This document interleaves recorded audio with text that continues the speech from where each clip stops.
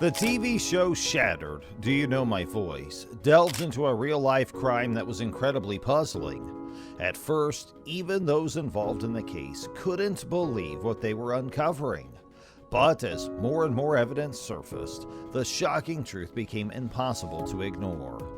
The focus of the episode is the murder of James Appleton in 2017, and it's a story that goes far beyond the crime itself, delving into its profound consequences. Grant Hardin's story is a troubling and shocking one, marked by a troubled past in law enforcement.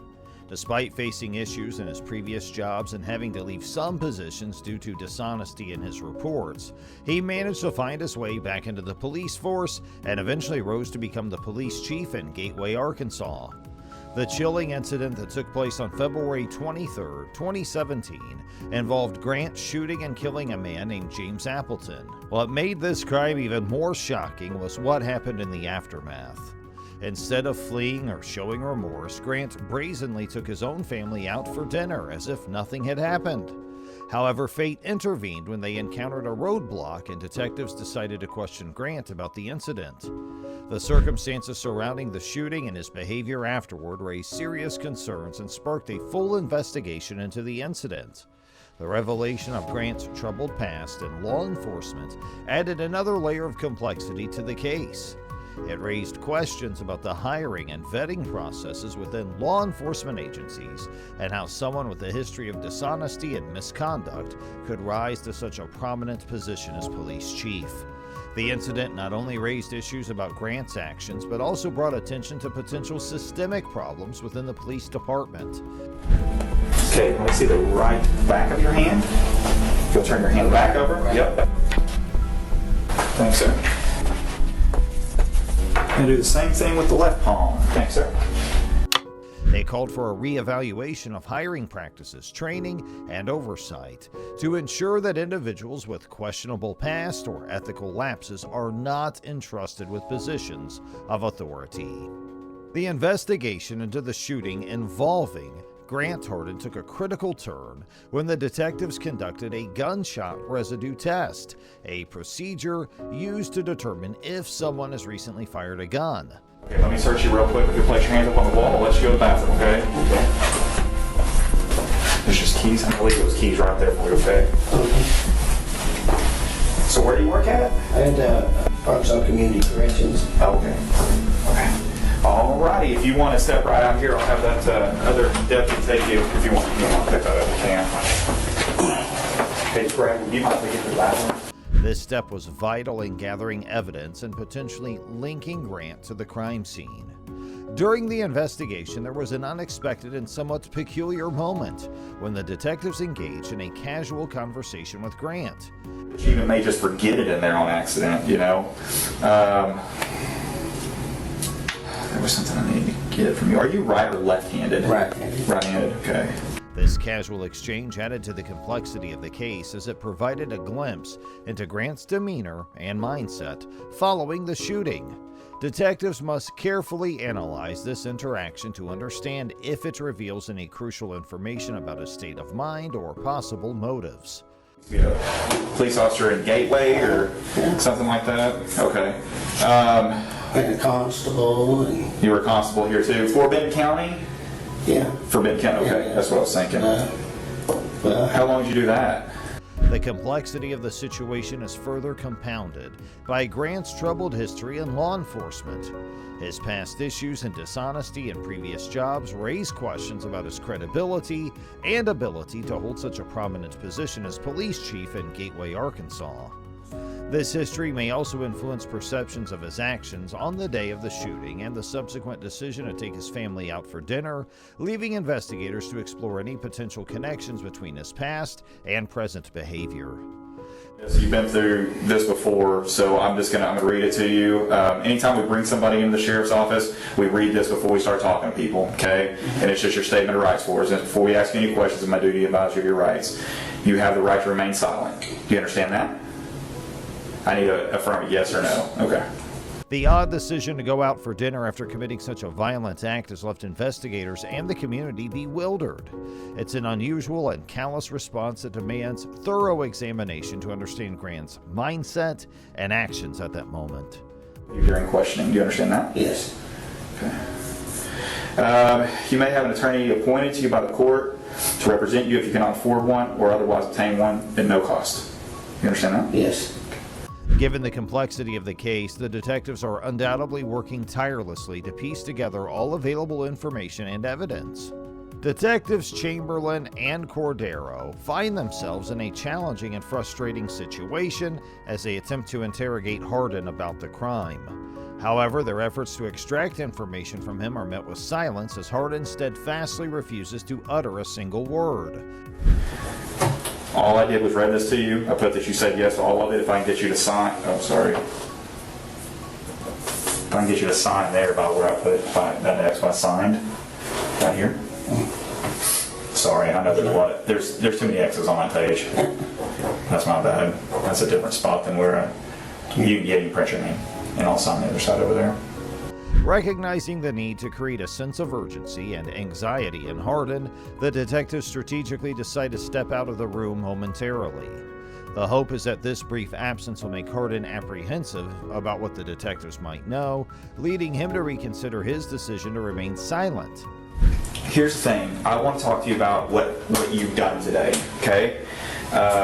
Can you just take me through when you woke up this morning to when you got stopped by the police out there in what's the name of that road that you were on? I'm sorry, I'm going drunk. Gant Ridge? I'm not going to say anything after I've been read those rights yet. Okay. Why don't you want to talk to me about your day? Upon returning, Detective Cordero takes a more empathetic approach, attempting to calm Hardin down and explain the reasons behind their questioning. He wants to build rapport and establish a level of trust with Hardin, hoping it will encourage him to open up and share any relevant information. What was the first thing said? I have the right to remain silent. Okay. So you're telling me that you don't want to talk to me right now? I'm going to remain silent. Okay, cool. Hang tight right here for just a few minutes, okay?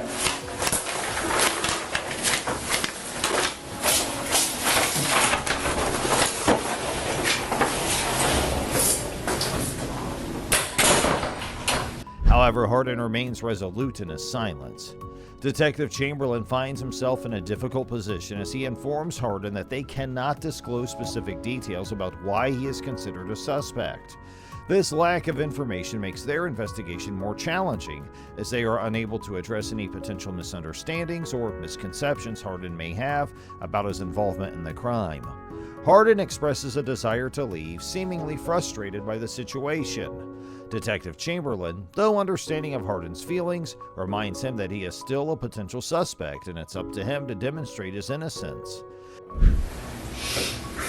I can't tell you exactly why you're here, and you being a police officer, you understand that. I need to rule you out as a suspect in a crime that's been committed.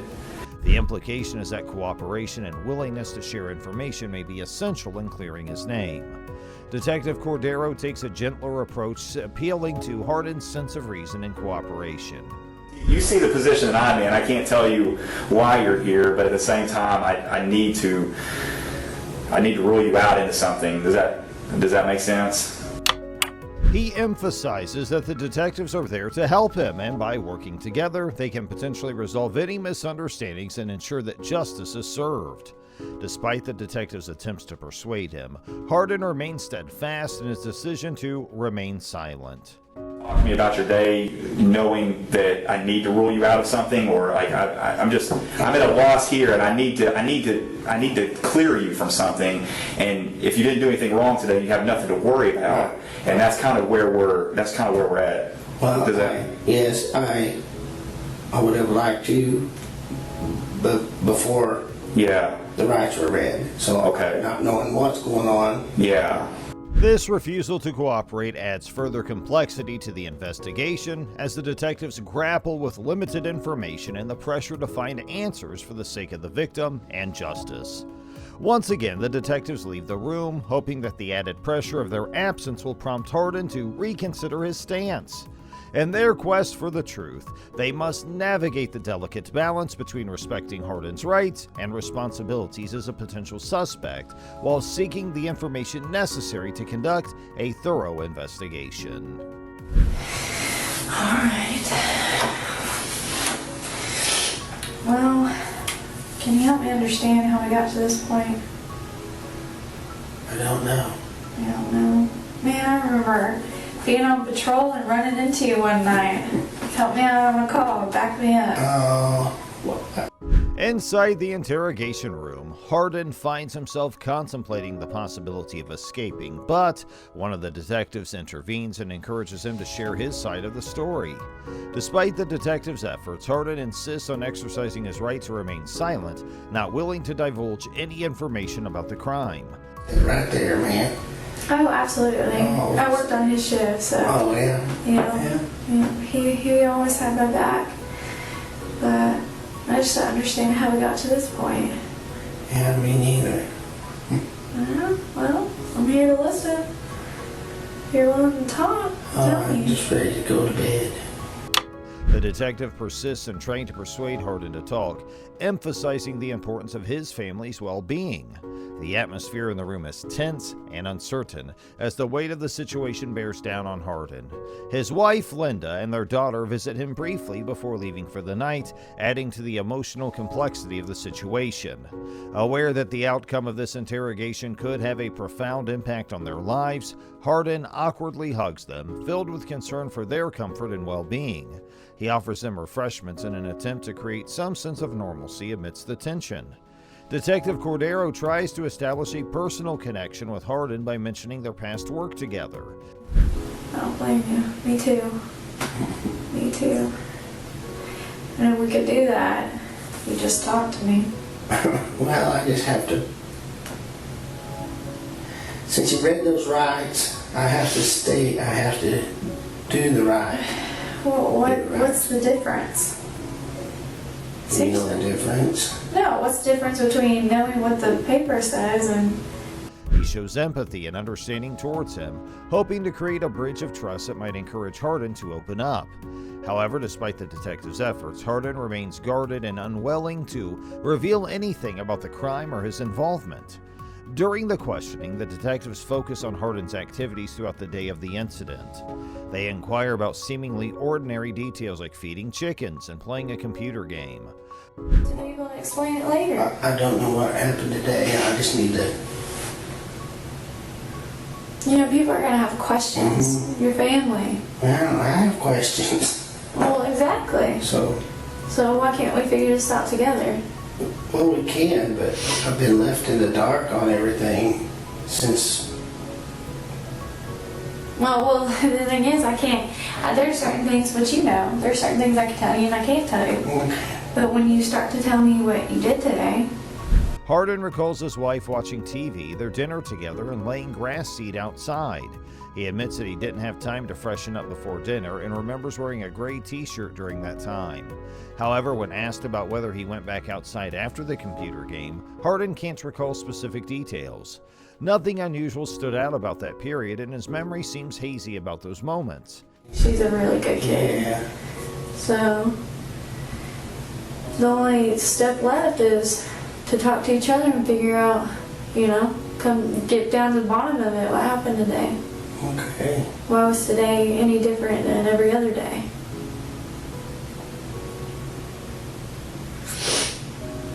But until then, we're kind of just stuck. Okay. So, you want to talk about it? As the interrogation continues, the detectives must carefully piece together the timeline of events to establish Hardin's whereabouts and any potential connections to the crime. The absence of clear recollections raises more questions, but without additional information, the investigation becomes more challenging. The atmosphere in the room remains tense as the detectives persist in their efforts to uncover the truth, while Hardin remains resolute in maintaining a silence. I mean, I know you probably slept in because you work nights. I work nights. Trust me, I worked nights for almost 4 years. I understand how that sleep schedule is. Yeah, sleep's all So messed up. you could, oh, absolutely. It doesn't matter if you switch to day shift schedule. Your sleep's still going to be messed up for a while. I still fight it every once in a while. Did you sleep in today? Yeah. I bet you did. You could have got to work tonight, huh? Yeah. Yeah. What time did you get up? The outcome of this interrogation is uncertain, and both sides are aware of the gravity of the situation. As the interrogation progresses and Hardin remains steadfast in his refusal to talk, the detectives press on with determination, unwavering in their pursuit of uncovering the truth behind the crime. The atmosphere in the room remains tense, reflecting the gravity of the situation, as they understand that every detail matters in solving the case and bringing justice to the victim and their family. Despite the challenges and the emotional strain evident in Hardin's interactions with his own family, the detectives remain focused on their duty to seek the truth. You wake up and watch? When we watched, my wife always has it on I can't remember what channel it's called, right now, TV Land. Oh, okay. What shows play on that? Like Andy Griffith and stuff like that? Yeah? I think they've been playing a lot of MASH. They are acutely aware of the impact this investigation has on Hardin's loved ones, witnessing the awkward interactions during their brief visit. While they consider the implications on the family, their foremost priority is to find the answers they need to bring closure to the victim's family and ensure justice prevails.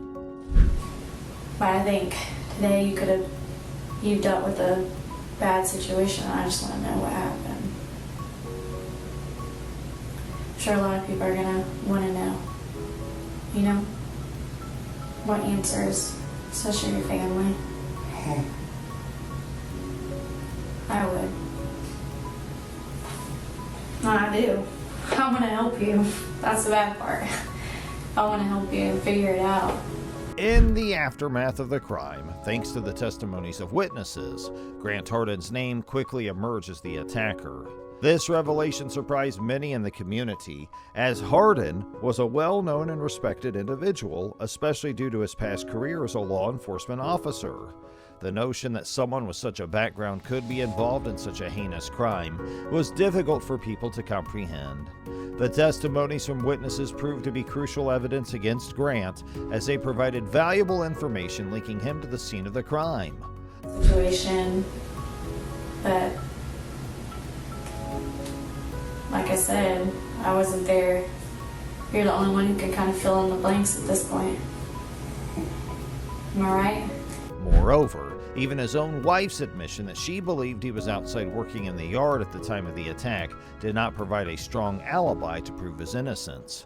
As the investigation unfolded, the evidence seemed to stack up against Grant Hardin, leaving him with limited options. Get put in positions. We're all human. We all react a certain way. We all have emotions. Sometimes we overreact. Sometimes we're put in situations we don't want to be put in. Like I'd rather, have met you again outside having coffee instead of seeing you for the second time in here. But I don't know. I think you just made a mistake today. Or somebody made a mistake today. And I think you know what happened.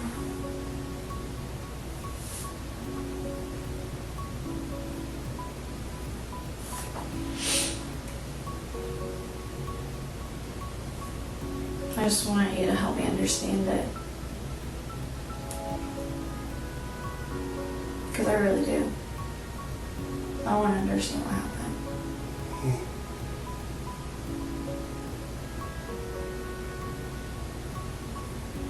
I think you know what I'm talking about. Consequently, on October 16, 2017, the 48-year-old former law enforcement officer decided to plead guilty to first-degree murder. This plea marked a significant turning point in the case, as Grant chose not to disclose his motive for committing such a brutal act. The lack of a disclosed motive left people puzzled and searching for answers about why Grant would commit such a senseless and tragic crime. Some speculations emerged, with some believing that Grant and James Appleton might have crossed paths during their respective jobs, which could have potentially contributed to the violent incident.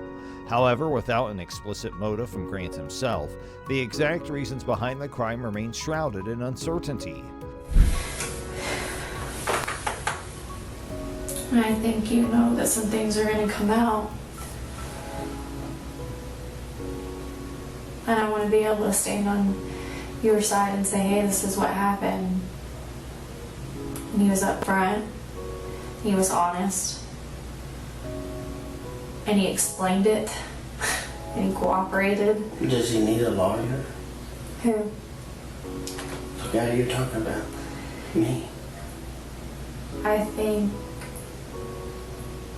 Honestly, I think you're the only one who can make that call. But I think you're an honest man. I think you've been an honest man. I think. Well, that's good. I'm just gonna be quiet. You can be quiet, I'll keep talking. No, I'm serious though.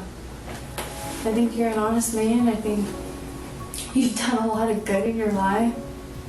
The tragedy of the situation lies not only in the loss of life, but also in the unanswered questions that linger, leaving the community and the victim's loved ones grappling with the aftermath of this senseless act of violence. The case of Grant Hardin serves as a stark reminder that even individuals with respected backgrounds and seemingly stable lives can be capable of committing unthinkable acts. It underscores the importance of conducting thorough investigations and following the evidence wherever it may lead, regardless of a person's past reputation or societal standing. Like I have. Now you've had something happen and you're trying to figure it out, but how are you supposed to figure it out on your own? Like, why not let me help you figure it out? Help me understand what happened today so I can help you before everything else comes out. So there's an explanation instead of it just looking bad. Because I don't want you to be portrayed like this horrible monster. If you made a mistake, you made a mistake. While the guilty plea brings some measure of closure to the legal proceedings, it does little to alleviate the pain and confusion caused by the crime. The impact of such a tragedy lingers long after the verdict, reminding society of the need for continued efforts to prevent violence and understand the complexities of human behavior.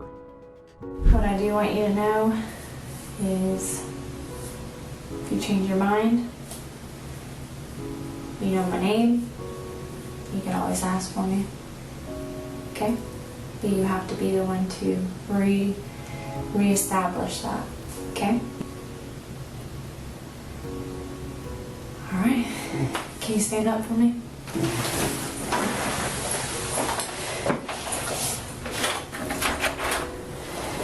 All right. Go ahead and turn around. Put your hands behind your back. Being placed under arrest for capital murder.